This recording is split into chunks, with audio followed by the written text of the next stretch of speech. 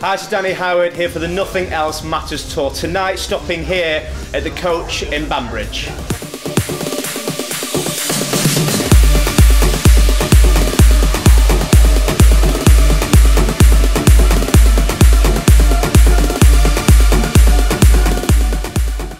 Hi everyone, Chris Stewart here from NewAndUpcomingEDM, and we have made the journey down to the Coach Banbridge for Danny Howard presenting the Nothing Else Matters tour.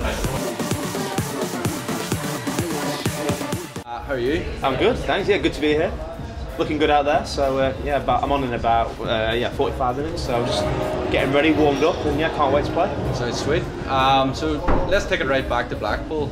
As a teenager, what intrigued you about dance music? Well, I was always into dance music from a young age, from maybe 10 years old, maybe younger, because my old stepbrother, he was always into DJing and dance music, and he used to actually have a set of vinyl decks in his bedroom, and I always was intrigued and wondering what it was he was doing. I never really pursued it then, and when I did have a go, I wasn't very good. But I always had an interest from then, and then it was just, I think there's something about dance music that just connected with me. I think it's the energy. So as I grew up and started going clubbing, it was always dance music events, dance music DJs that I wanted to go and see. And then yeah, when I got to uni, I decided to try it out for myself. So that's literally what it was. And in Blackpool, we had this club called the Syndicate, which at the time was the biggest club in the UK. And some of the DJs we had, like Eric Murillo, Paul Oakenfold, Armin van Buuren, just Frankie Knuckles. Like the style and genre for the DJs was so wide. So I got to see so many great DJs, but experience so many different styles as well. So moving on to your BBC Radio 1 show. Yeah. What was it like to have your first show on Radio 1? Well, it was very nerve-wracking. I remember like so vividly. I was wearing a red jumper. No, but it was like it was the point where I just think, did that really happen? I think that every week, is this happening? But the first show, I spent like 3 weeks going down to London, doing pilots and practicing and practicing and practicing. It got to the point where it was like, okay, I need to do this for real. I can't keep practicing.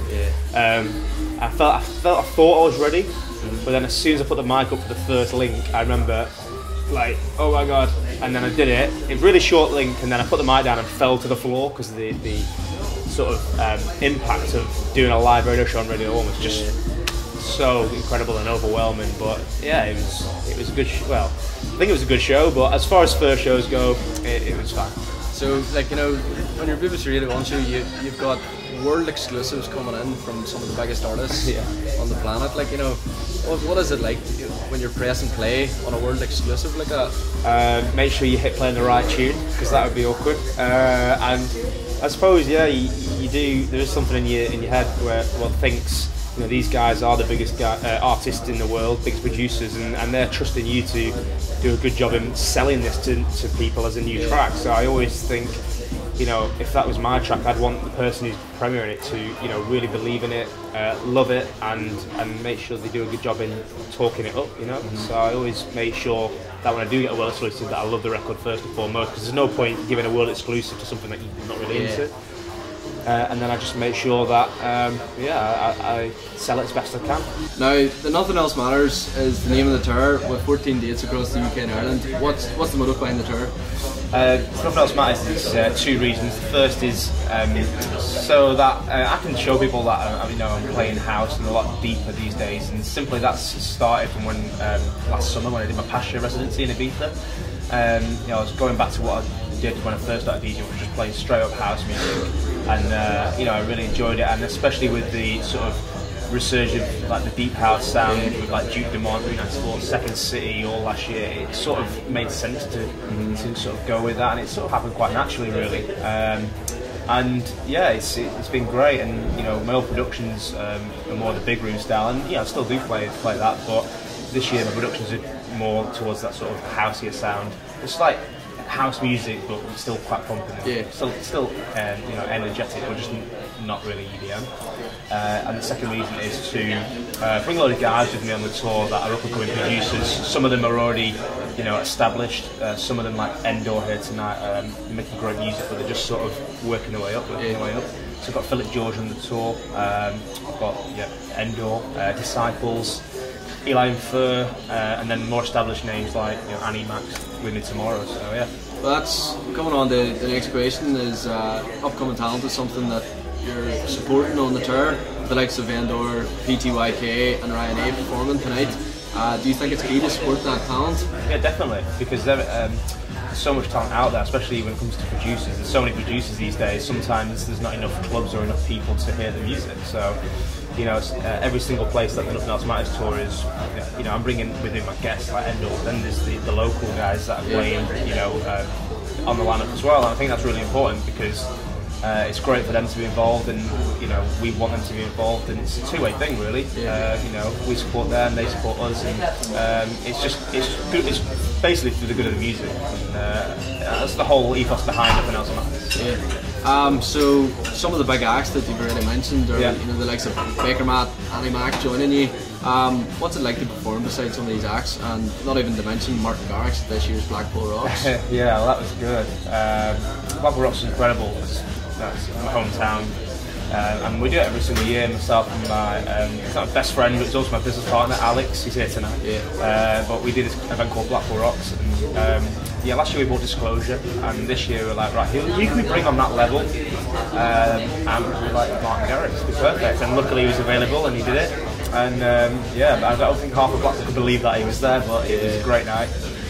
Bringing back to the tour though, Annie is such a legend, and it's always weird that she, I'm playing alongside her, because I've listened to her radio show for 10 years. It's always still at those moments when I'm talking to her. Like, I literally saw her tonight at Radio 1, and we were talking about the gig tomorrow, and I walked away thinking, I never thought that'd happen. Baker Matt, he's definitely making big waves in dance music scene, so I'm excited to perform with him as well in Leeds. And like I said, the whole tour is great to have local people, local DJs, up and coming, and also a chance for me to invite special guests. Yeah. Right.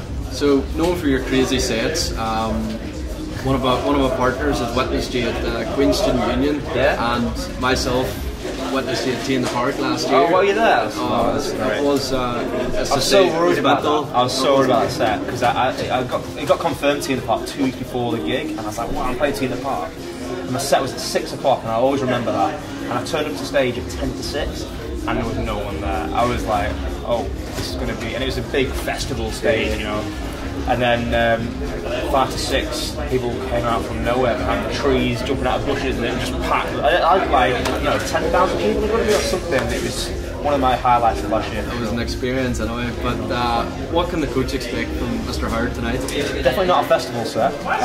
It's more my Ibiza set, and that's what this tour is really. So very housey, quite deep, and I hope people like it. So new music, you've had a lot of stuff with Futuristic Forebears today. Can you let us in on any wee exclusives that might be on their way? Yeah, well, we've got a track. I've done a few collaborations with Polar Bears and great guys, but I've finally got another track coming, but on my own this time. That's coming on Spinning Records in April. I can't tell you the name of that just yet, but then I've also got another remix coming out of not Oliver Helms, Dr. Cuccio and Gregor Salto. Oliver Helms did an edit as well, and I've done a remix for Ministry of Sound. I'm just working on some stuff, so hopefully towards summer I'll have some more good productions coming up. So really that's coming to the end here, but lastly, what would be the one piece of advice you would give to a new and upcoming talent looking to break onto the scene? Producer or DJ? Or both? We'll go for both. I'd say make sure you are not trying to copy anyone or trying to be anybody else. Take influences from things that you like, but then make sure you put your own spin on it.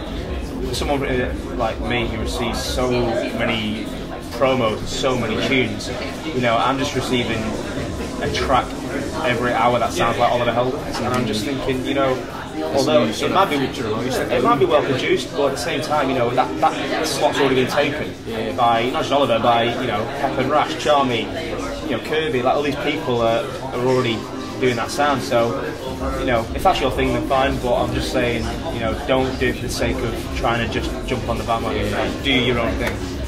That's sweet. Well, that's really all good time for. But hopefully, we're looking forward to a good deeper set from Danny.